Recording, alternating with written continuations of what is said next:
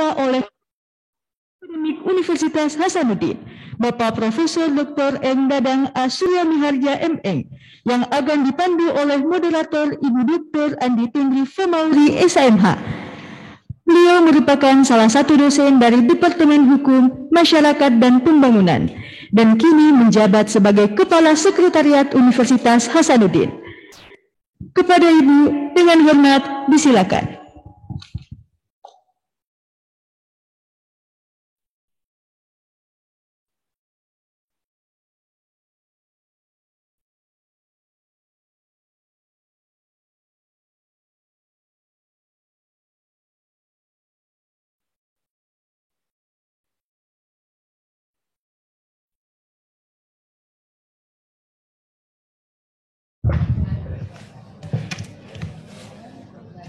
Buka masker aja ya, biar nggak pungang.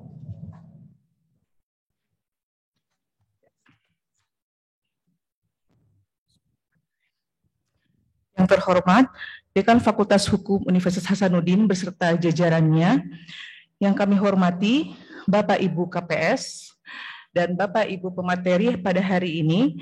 Assalamualaikum warahmatullahi wabarakatuh. Selamat pagi, salam sejahtera bagi kita semua.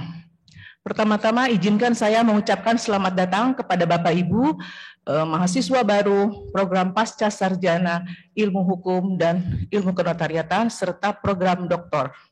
Selamat datang di Kampus Merah. Kayaknya sebagian sudah ada yang kembali ke kampung alma mater ya, Bapak Ibu ya. Ya, sesi pertama hari ini yaitu tentang filsafat ilmu dan etika. Ya, ini memang kita perlu pahami lebih lanjut. Ingat bahwa apalagi S3 ya Bapak Ibu ya, gelarnya pun adalah PhD sebetulnya ya, Philosophy of Doctor. Berarti betul-betul di sini adalah filsafat dan filosofinya yang diperlukan. Adapun yang menjadi narasumber kita pagi ini yaitu Bapak Profesor Dr. Eng Dadang Ahmad Surya Miharja M.Eng. Sebelumnya saya akan memperkenalkan beliau, ya walaupun sebetulnya beliau tidak perlu diperkenalkan karena sudah terkenal, ya tapi tugas moderator memang harus memperkenalkan narasumber. Ya, sebelumnya saya akan membacakan kurikulum vitae beliau, yaitu lahir di Garut tanggal 30 September tahun 1956, riwayat pendidikan S1 di Departemen Fisika ITB tahun 1975 sampai 1979, kemudian S2 untuk mendapatkan gelar Magister Eng-nya Kyoto University Japan tahun 1984 sampai 1986. Untuk S3 memperoleh gelar Dr. Eng-nya, tetap beliau dilanjutkan di Kyoto University Japan tahun 1986 sampai 1989.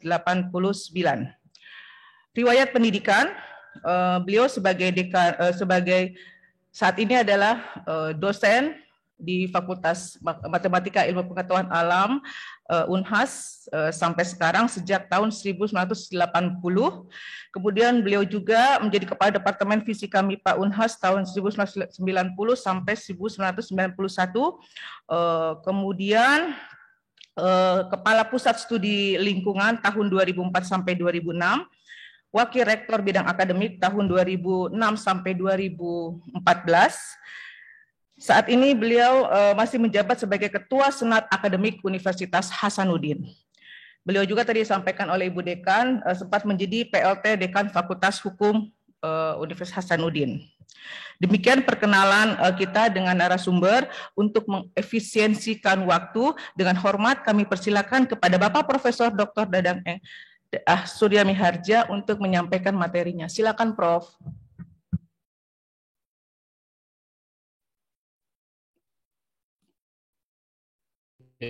Ya, terima kasih. Assalamualaikum warahmatullahi wabarakatuh. Mudah-mudahan terdengar suaranya. Terdengar jelas, Prof. Ya, terima kasih. Yang kami hormati Ibu Dekan, Prof. Farida beserta jajarannya, Bapak Ibu KPS, panitia, dan terutama yang berbahagia, para mahasiswa baru S2, Hukum, Kenotariatan, dan Doktor. saudara-saudara sekalian sudah menjadi bagian dari Universitas Hasanuddin sehingga dituntut untuk bersama-sama bahu-membahu untuk mengunggulkan Universitas Hasanuddin di level nasional maupun internasional. Perkenankan saya sedikit mengubah kata etikanya itu kita ganti dengan karakter akademik. Karena ini diperlukan semangat yang tinggi untuk memulai pendidikan yang akan ditempuh baik bagi mahasiswa master maupun bagi mahasiswa doktor.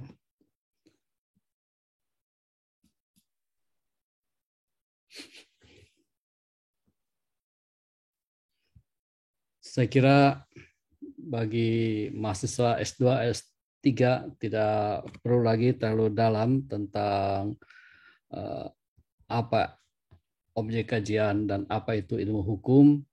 Saya kira kita sudah sama-sama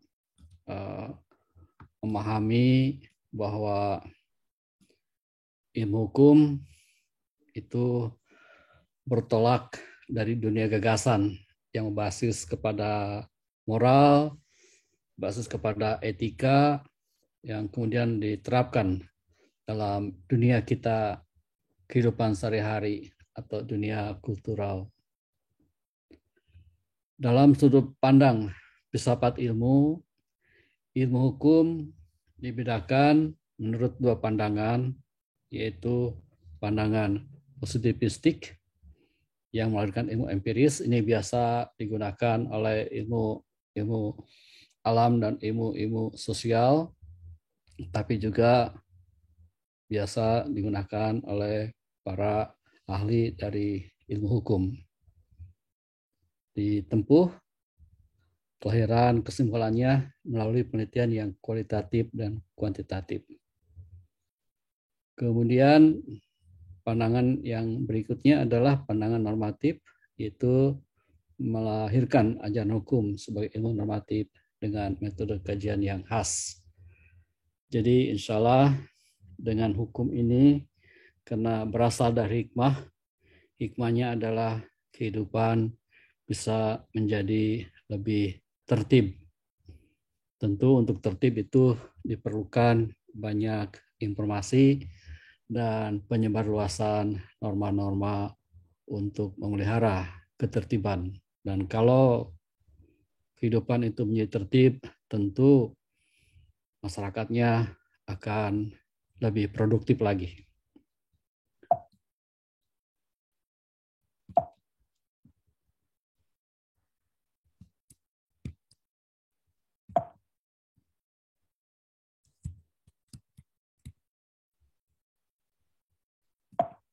Maaf, ini agak macet. Ya.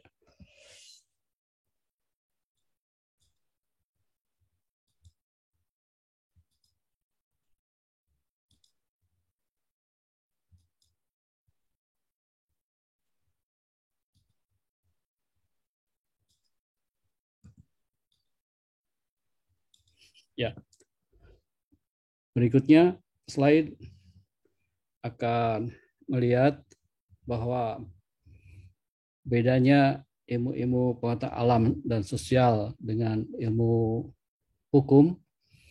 Kita bisa lihat di dalam slide ini bahwa ilmu pengetahuan alam dan ilmu sosial itu bersifat deskriptif, mengumpulkan apa yang ada berdasarkan fakta empirik. Tetapi ilmu hukum bersifat preskriptif. Apa yang harusnya terjadi, itu yang harus diwujudkan. Jadi ilmu hukum adalah ilmu yang sangat mulia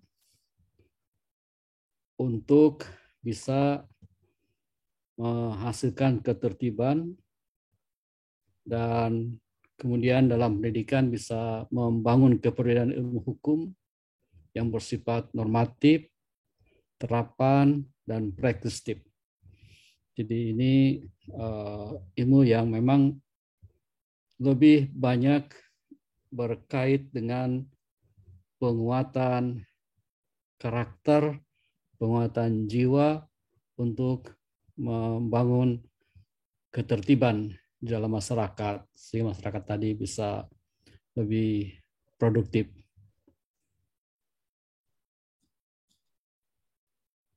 Tadi ada kata positivistik.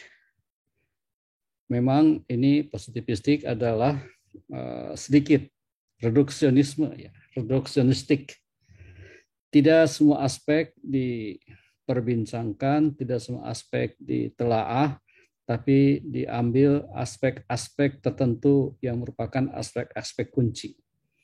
Sehingga itu kelemahannya, positivistik, lebih reduksionistik. Sementara perkembangan ilmu sekarang mengarah kepada yang lebih holistik. Semua aspek diperhitungkan. Tetapi tentu saja aliran positivistik ini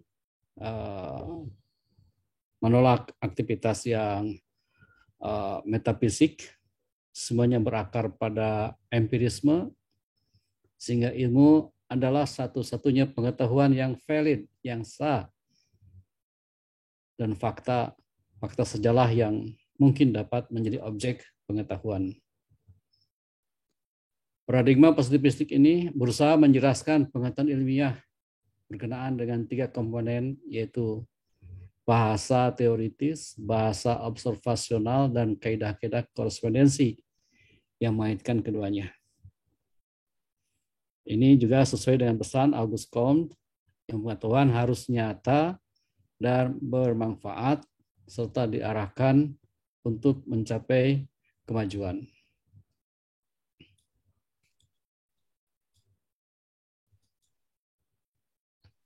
Boleh kita juga mengajukan sanggahan terhadap positivistik bahwa tadi sudah disebutkan paradigma positivistik ini lebih reduksionistik, tidak holistik.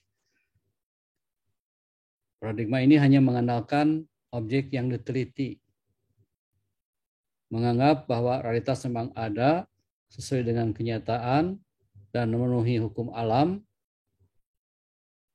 Tetapi dalam tanda kurung kita bisa menyebutkan bahwa mustahil realitas tersebut dapat dilihat secara utuh dan benar oleh peneliti. Tentu bagaimanapun di dalam melihat kajian selalu saja ada kelengahan dari peneliti sehingga aspek itu tidak terikut di dalam telahan, padahal aspek itu misalnya aspek yang terpenting.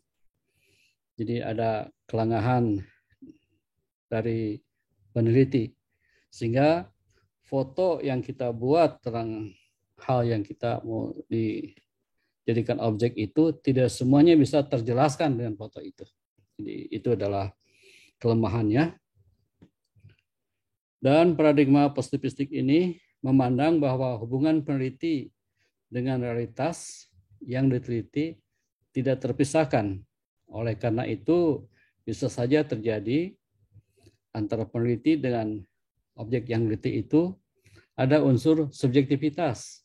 Itu juga kelemahannya dari paradigma positivistik. Tapi walaupun begitu tetap dalam paradigma positivistik ini mengakui adanya kebenaran yang bersumber pada keberadaan sumber nilai, ya, aksiologis. Itu beberapa sanggahan terhadap paradigma positivistik. Jadi itu yang menyangkut masalah keilmuan. Kita sekarang sedikit beranjak ke kedudukan etika. Nah, saya buat sedikit abstrak untuk mengantar materi berikutnya ini, yaitu slide berikutnya ini bercerita tentang perjumpaan antar etika dan karakter akademik dalam upaya melanjutkan keberadaan pendidikan tinggi agar mampu menembus zaman yang berganti, baik itu sekarang maupun mendatang, dan selalu dengan berbagai tantangan. Sebuah pendidikan tinggi apabila mampu memberikan pelayanan terbaik kepada para pemangku kepentingan, maka terbuka peluang untuk berbagi maslahat dan pada gilirannya mampu bertahan dan memiliki keberlanjutan.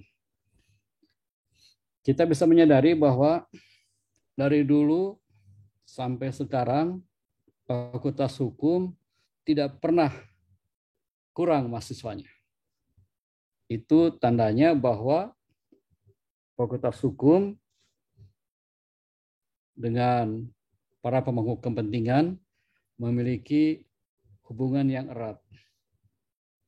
Jadi ada praktisi hukum yang keluar dari universitas, kemudian digunakan, dipekerjakan oleh pemangku kepentingan. Atau ahli-ahli hukum juga digunakan oleh para pemangku kepentingan di pemerintahan. Sehingga ini yang menjamin adanya keberlanjutan. Tapi tidak semua prodi memiliki keberlanjutan. Ada prodi yang tiba-tiba harus ditutup misalnya karena kurang peminat dan memang tidak dibutuhkan di masyarakat. Dan ini bukti bahwa selamat Fakultas Hukum ini memiliki potensi keberlanjutan yang kuat karena kapanpun manusia hidup tentu mau hidup dengan tertib. Dan ketertiban hukum itu ada dalam pikiran-pikiran orang-orang yang keluar dari Fakultas Hukum, baik S1, S2, maupun S3.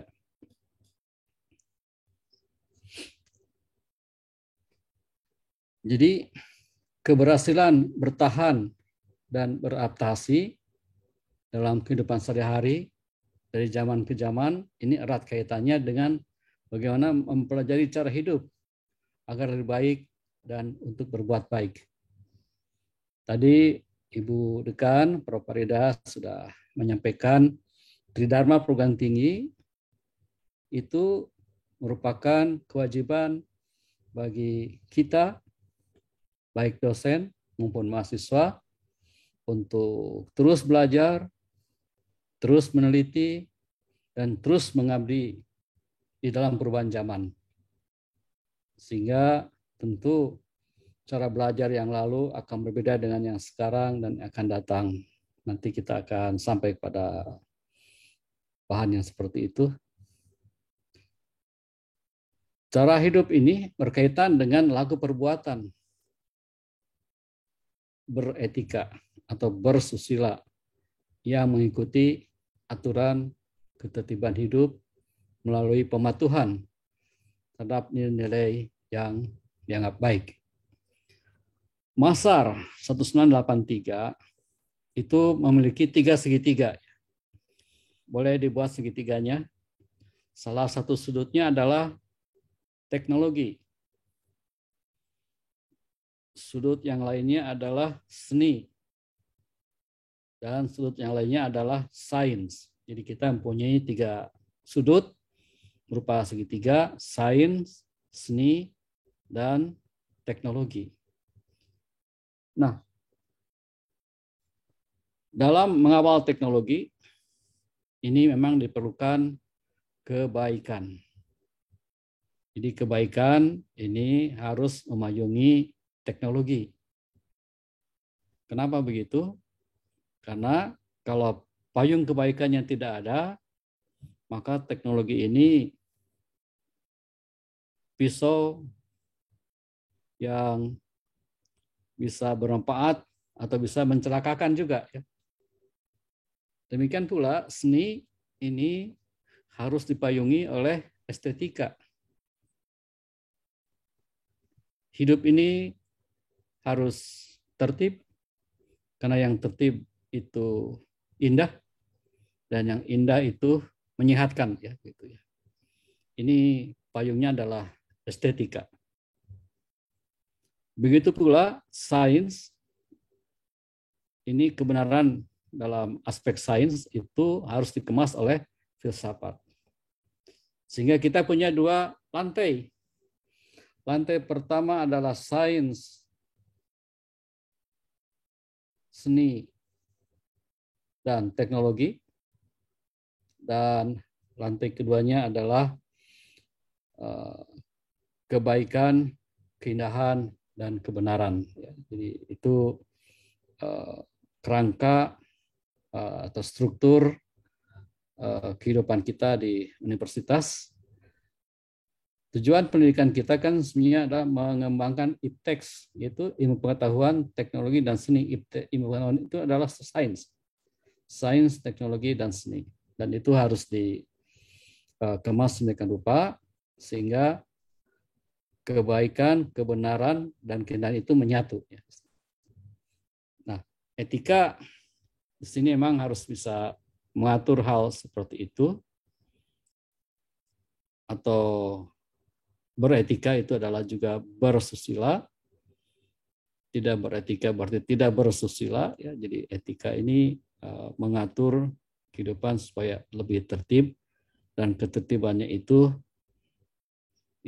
sains, seni, dan teknologi harus dipayungi oleh kebaikan, kebenaran, dan keindahan. Nah, apa hubungannya etika dengan karakter? Kalau kita melihat apa yang ditulis oleh Zen Laxmon dan Richard Reeves, yang mendapatkan bahwa dalam buku Aristoteles itu yang dimaksud dengan etika itu ternyata bukan the ethic, tapi hal-hal yang menyangkut karakter. Nah, sehingga judul ini sedikit diganti dengan karakter akademik, ya. Kata dalam bahasa Yunani ini ada etika arete, atau arete ini muncul dalam tulisan Aristoteles untuk menunjukkan maknanya sebagai karakter keunggulan. Ini sangat diperlukan sekali untuk membangun insan akademik di Unhas, harus memiliki karakter keunggulan. Yang bagaimana itu? Ada kata menjemuk, kemampuan yang berkarakter atau karakter capability. Ini adalah sebuah kata majemuk yang lebih baik dibandingkan dengan hanya karakter saja sebagai kata tunggal. Kemampuan berkarakter menurutnya adalah unsur penting dalam memungkinkan seseorang untuk mengejar dan mencapai kesejahteraan individu mereka sendiri. Jadi harapan kita dengan kemampuan yang karakter ini tidak hanya sekedar lulus membuat tesis, tidak hanya sekedar lulus untuk membuat disertasi, tetapi di dalamnya ada karakter-karakter keunggulan yang harus kita capai.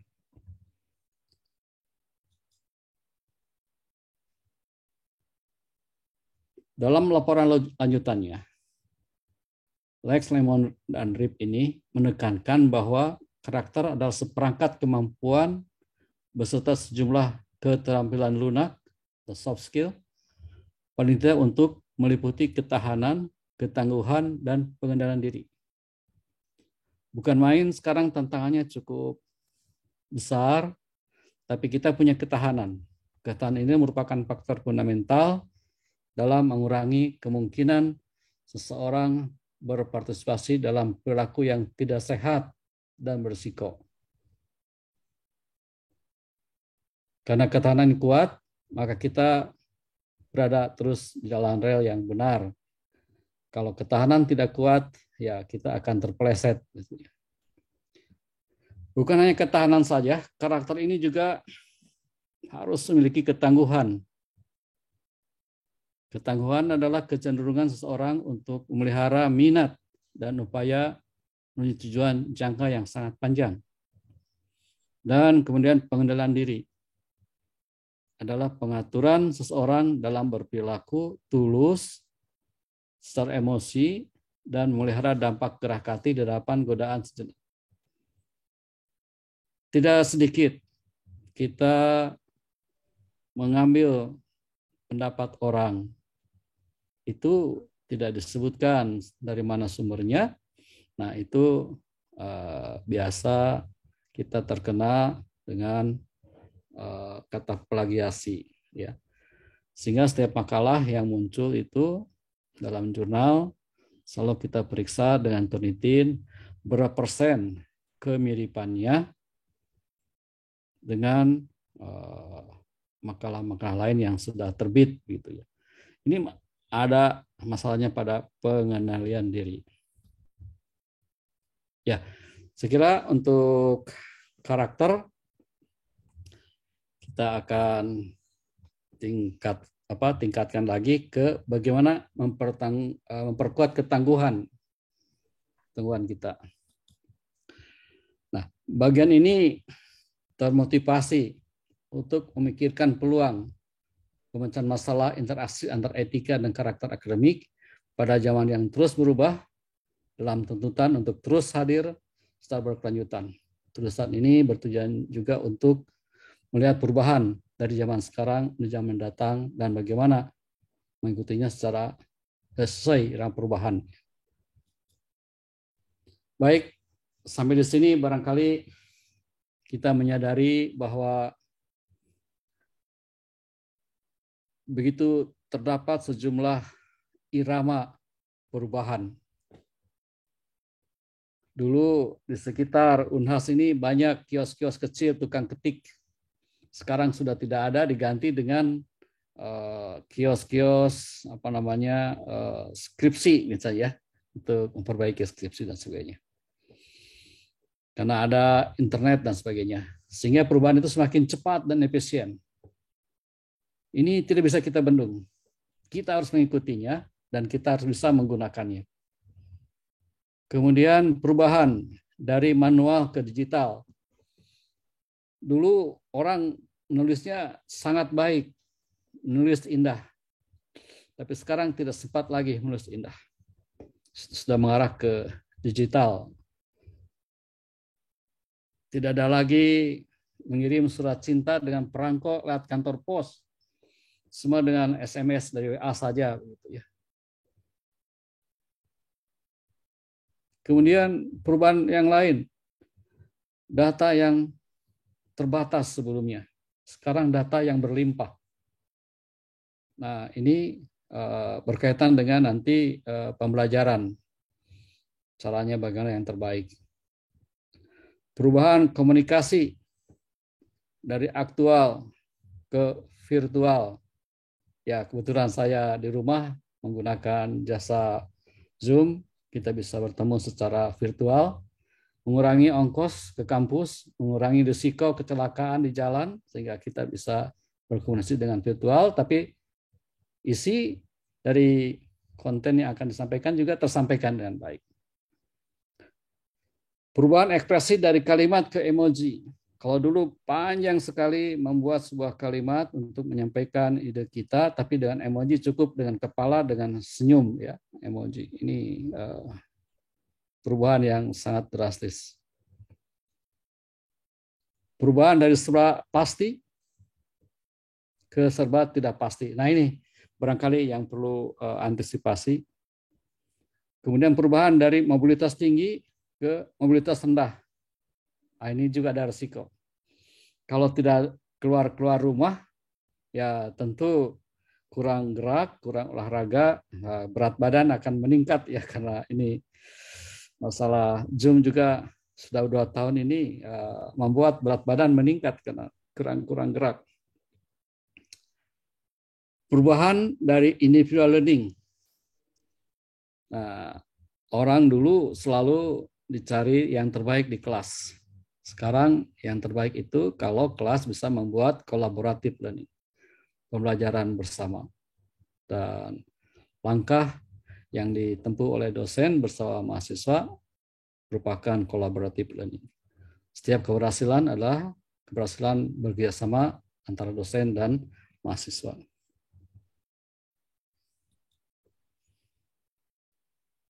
Ya, apa modalnya untuk berpartisipasi dalam perubahan yang seperti itu? Yang pertama tentu adalah kompetensi. Ada reputasi berapa makalah yang sudah dibuat, diterbitkan di jurnal apa, ada kredibilitas, kepercayaan dari masyarakat, ada kinerja yang sudah bisa dilihat. Kemudian kapasitas, selain kompetensi diperlukan juga kapasitas untuk bisa menavigasi wilayah yang belum terjamah.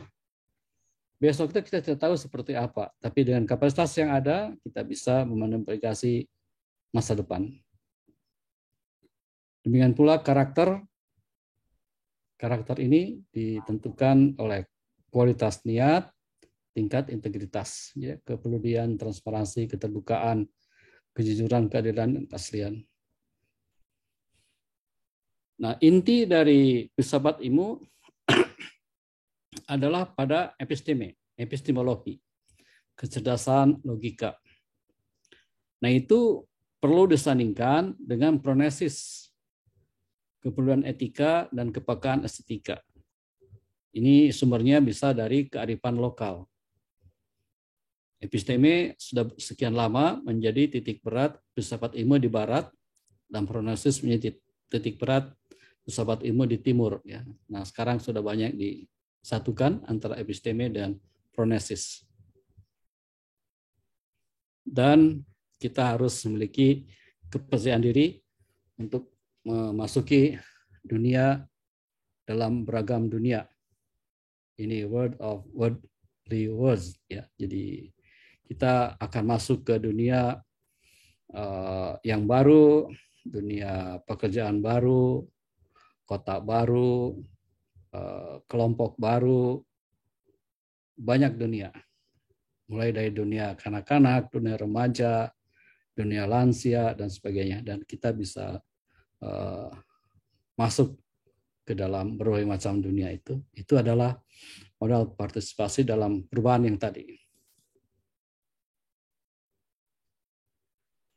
Ya, kemudian, nah, bagi lembaga dalam ini pendidikan tinggi dan kita mahasiswa baru itu sudah menjadi warga dari pendidikan tinggi dan siap melakukan kerjasama dengan pemangku kepentingan. Pemangku kepentingan misalnya memiliki corporate epistemologi, maka kita juga punya epistemologi keilmuan. Dan itu kalau melakukan kerjasama kita harus bisa mengintegrasikan secara interkonektif. Kejelian dan kecerdikan pihak pendidikan tinggi dapat memadukan kajian interdisipliner, misalnya antar ilmu sosial dan humaniora dengan ilmu kealaman. Ya, kalau ada ladang pertambangan baru, di sana bukan orang pertambangan saja yang berperan, tapi ada juga dari Fakultas Hukum yang berperan untuk membantu masalah-masalah, misalnya penguasaan tanah dan sebagainya. Jadi di sini diperlukan interfacing antara pendidikan tinggi dan kepentingan. Dan siapa tahu nanti dari S2, S3 ini mempunyai tugas tesis atau disertasi yang melayani masalah-masalah yang muncul di pengembangan wilayah baru, pertambangan ke, perkebunan ke, pelabuhan dan sebagainya.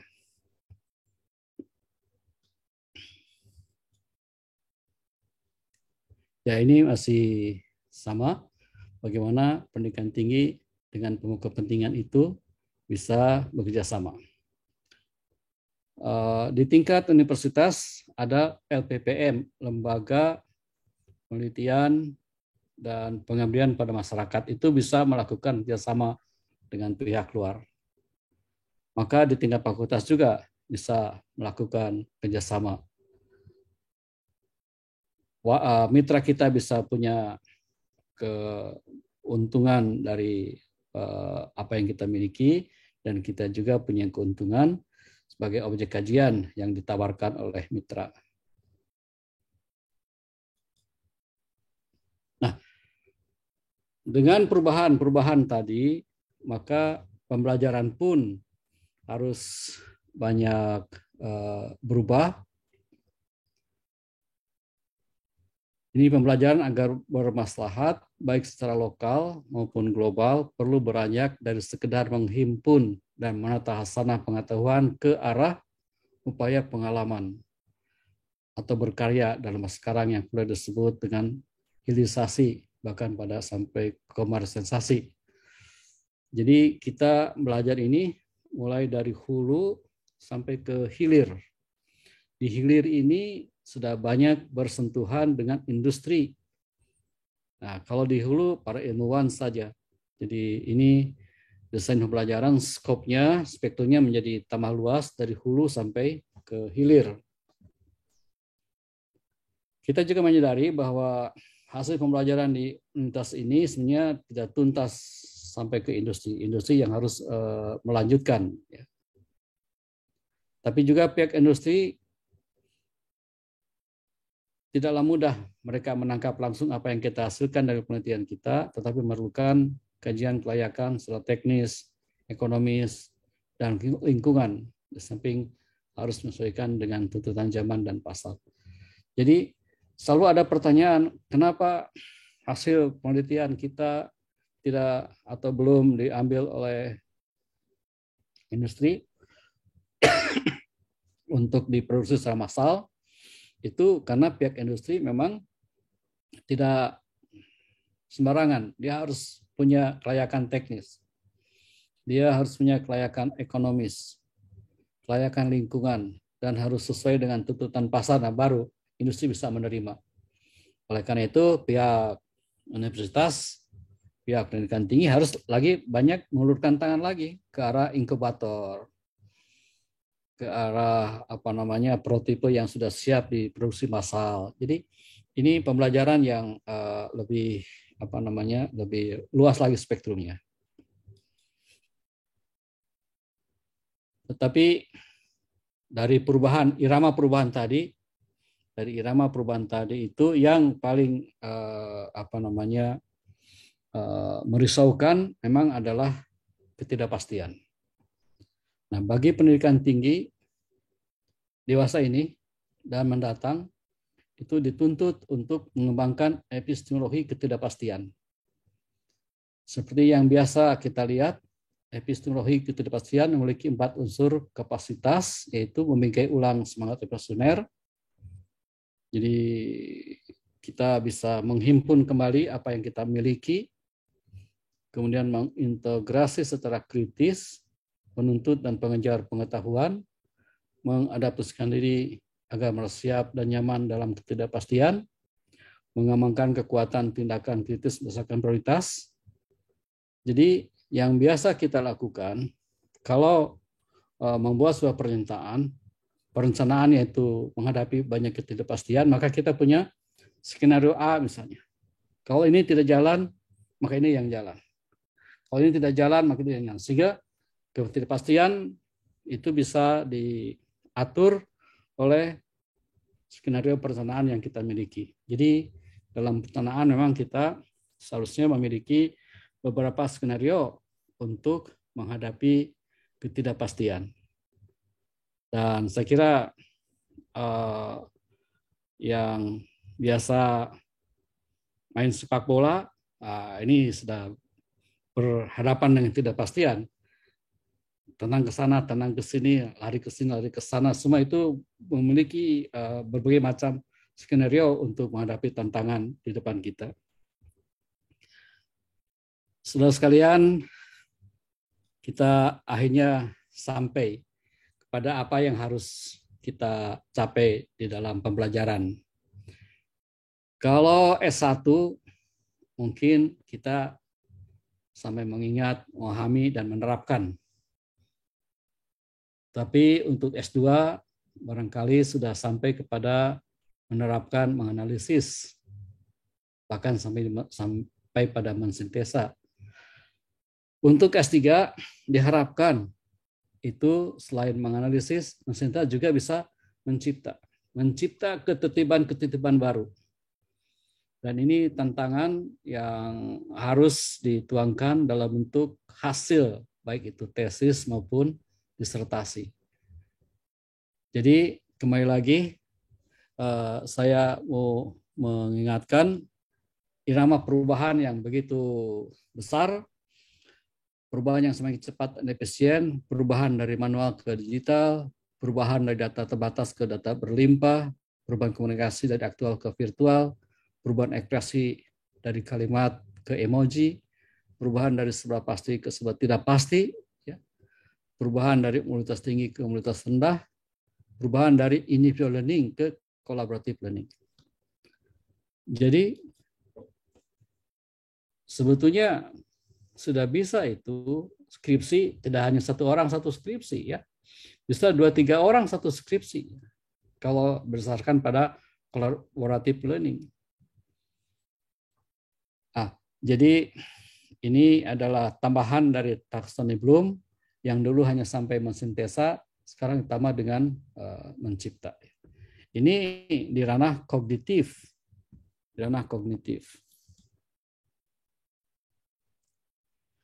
Ya, beberapa seni, memang belajar itu adalah seni, jadi harus ada memiliki interaksi sosial yang baik di antara teman-teman seangkatan. Jangan mau pintar sendiri, jangan mau berhasil sendiri. Itu akan lebih baik kalau berhasil bersama-sama. Gitu. Itu mengembangkan berbagai bentuk refleksivitas, memfasilitasi pelepasan jiwa dan rutinitas, membangun imajinasi yang mengakar, memerdayakan kemampuan bermasyarakat, mendorong proses intuitif pembelajaran, menyiapkan diri terhadap kejutan dan perubahan yang mendadak. Nah ini, sekira kalau ada perubahan mendadak, kita terus terkejut karena harus siap dengan berbagai macam skenario. Memfasilitasi pencapaian belajar dalam ranah afektif dan psikomotorik. Jadi kalau yang ranah afektif dan motorik ini menerima informasi, menanggapi, menilai, mengorganisasikan dan mengonsep, dan mengkarakterisasi dengan nilai. Untuk psikomotor, ini mulai dari meniru, mengubah, mempresisikan, mendemonstrasikan, dan membiasakan. Ini ranah afektif dan psikomotorik. Kebanyakan ini jarang tersentuh ini. Jarang tersentuh. Yang banyak tersentuh adalah ranah kognitif yang ini. Ya, jadi saya kira Bapak Ibu dosen juga sudah bisa mengembangkan ranah-ranah afektif dan ranah-ranah psikomotorik dalam pencapaian hasil belajar. Ya, tadi ada perkembangan dari informasi yang terbatas ke informasi yang berlimpah. Dulu, waktu masih terbatas, kita menggunakan teacher-centered learning dengan bridging.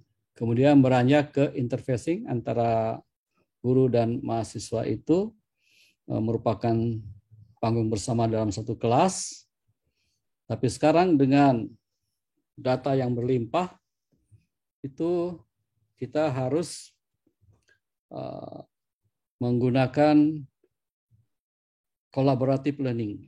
Collaborative learning yang salah satunya sekarang ini disampaikan oleh Pak Menteri Mendikbudristek, itu MBKM, Merdeka Belajar dan Kampus Mandiri.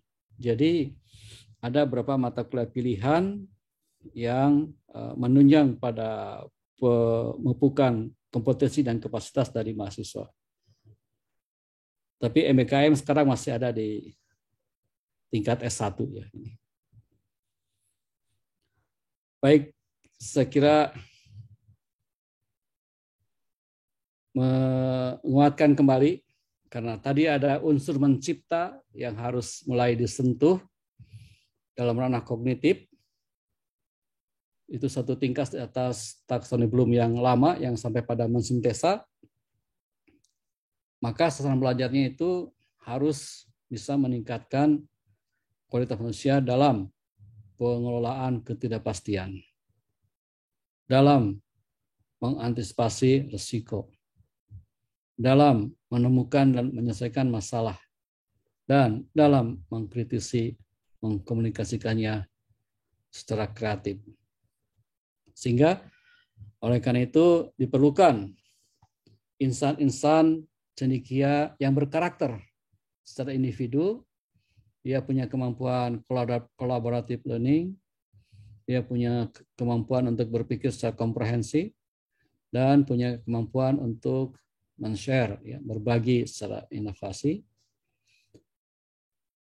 Nilai-nilai individu yang menyatu dalam suatu kelompok itu akan menjadi nilai-nilai kelembagaan yang bisa menavigasi masa depan, memiliki scientific leadership.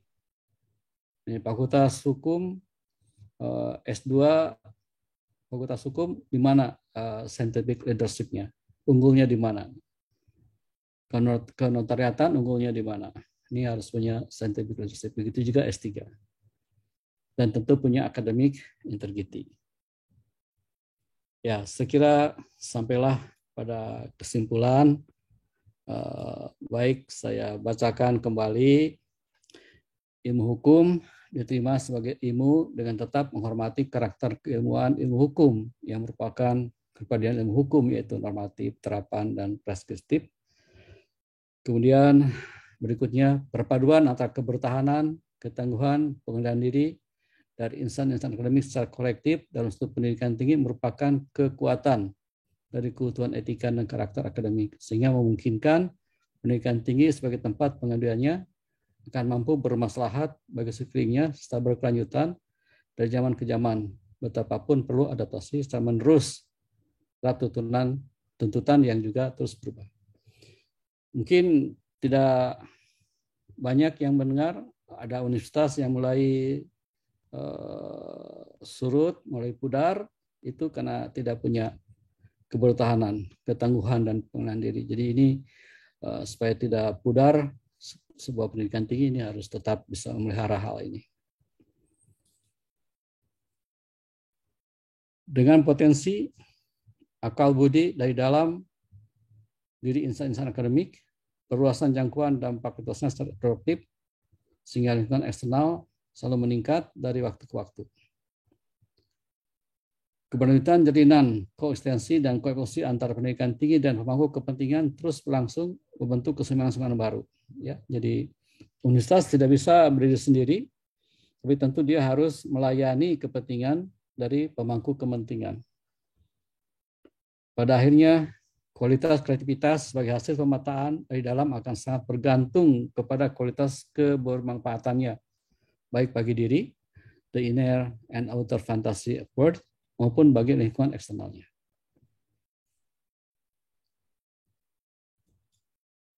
Ya, ini slide terakhir. Yang sebelah kiri yang banyak disebut. Bila layar sudah terkembang, bila kemudi sudah terarah, lebih baik tenggelam daripada surut langkah. Ini nekat, ya, nekat. Tapi ini tidak sendiri bait ini. Bait ini disandingkan oleh bait yang berikutnya. Ketekunan, kujadikan pasangan. Waspada, kujadikan kemudi. Berpasrah pada perjalananku. Jadi lengkap sekali ini. Barangkali ada peserta yang bisa membacakan dalam bahasa Bugisnya ini.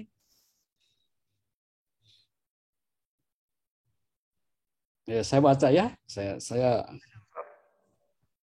pura bara sampaku, pura tangkisi goliku, ule beringi telanga, natu walie. Nah, natu sudah cocok berarti dari intonasinya itu. Tinulu kuala lonre, pata kuala guling, pesona sampeku. Ya, demikian para mahasiswa baru S2, S3, mudah-mudahan apa yang disampaikan ada manfaatnya dan terutama bisa membangun semangat belajar untuk mencipta baik dari tesis maupun dari ilustrasi. Demikian, terima kasih. Saya kembalikan kepada Ibu Andi Tendri. Terima kasih. Assalamualaikum warahmatullahi wabarakatuh. Waalaikumsalam warahmatullahi wabarakatuh. Dulu Bapak Ibu. Ya. Sudah cocok kayaknya Prof cara membacanya. Tadi kata Pak WD2 udah cocok ya Prof. Ya, untuk terima kasih sekali lagi Prof kami ucapkan. Insya Allah nanti panitia akan men-share PPT. Ya, izin Prof. Ya, silakan. Terima kasih Prof. Ya, untuk sesi selanjutnya yaitu tanya jawab. Silakan Bapak Ibu jika ingin ada yang ditanyakan atau ingin didiskusikan, kami berikan kesempatan. Mohon peserta yang ada di ruang daring atau Zoom, silakan membuka kamera ya. Semuanya. Bukti kehadiran itu. Ya, silakan Bapak Ibu ada yang mau bertanya yang di Zoom maupun yang di dalam ruangan ini. Silakan. Ada yang ditanyakan? Ya, silakan. Ada Pak Agus Umar tuh, Pak Agus Umar. Ya, silakan Pak Agus. Assalamualaikum warahmatullahi wabarakatuh. Waalaikumsalam warahmatullahi wabarakatuh. Izin Prof, saya langsung ke materi apa yang saya ingin tanyakan ke Prof. Silakan Pak. Ya. Setelah mendengar beberapa arahan tadi, baik yang disampaikan Pak Prof Farida maupun yang disampaikan materi tentang filsafat ilmu dan karakter, setelah mendengarkan ada beberapa yang perlu saya tanyakan ke Prof di sini yang terkait masalah perubahan dan karakter. Dalam menuntut suatu ilmu di perguruan baik S1, S2 dan S3, kebetulan saya juga mahasiswa maba S3 hukum sekarang, yang selalu ditekankan atau disampaikan ke mahasiswa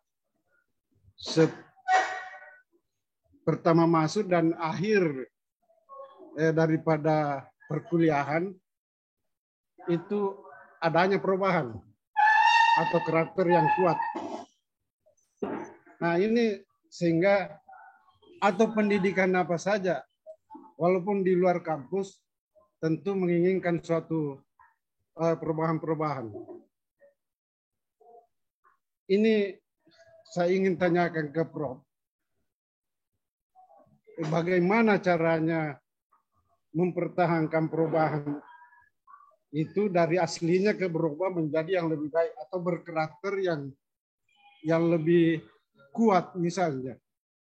Seperti pengalaman saya juga, kalau pertama tamat atau pertama menyelesaikan pendidikan misalnya, saya punya karakter yang bagus, yang kuat. Tapi setelah lama itu seperti muncul kembali ke aslinya, Prof. Jadi saya minta bagaimana trik-triknya itu untuk mempertahankan karakter yang kuat tadi itu. Terima kasih. Assalamualaikum warahmatullahi wabarakatuh. Waalaikumsalam warahmatullahi wabarakatuh. Saya langsung saja, Bu Andi. Ya, Prof, silakan, Prof. Oke. Terima kasih pertanyaannya Pak Agus Umar, mahasiswa S3. Jadi kami punya cerita ya. Lulusan keperawatan biasanya sudah dibekali dengan kompetensi, dengan kapasitas itu untuk melayani pasien dalam proses penyembuhan. Kalau saja penyakit tidak berubah, kalau saja komentar dari masyarakat tidak ada, saya kira memang perilaku, kompetensi dan kapasitas mungkin tidak berubah, malah bisa menurun kembali kepada aslinya begitu ya. Tetapi ketika pendapat masyarakat mulai terkumpul bahwa ada komentar perawat di sini seperti ini, maka perawat akan selalu tersentuh atau termotivasi oleh komentar-komentar tadi. Sehingga perawat akan selalu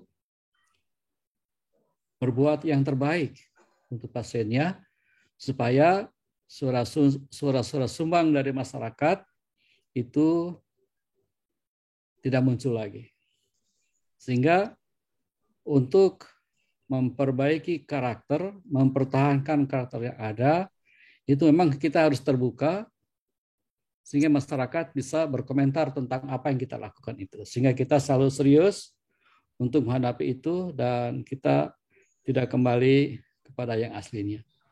Sebenarnya yang asli pun kalau itu sudah tertingkatkan dengan baik, maka tidak mundur-mundur amat begitu ya. Misalnya lulusan akademi angkatan bersenjata itu karakternya akan berbeda dengan lulusan dari fakultas hukum gitu ya.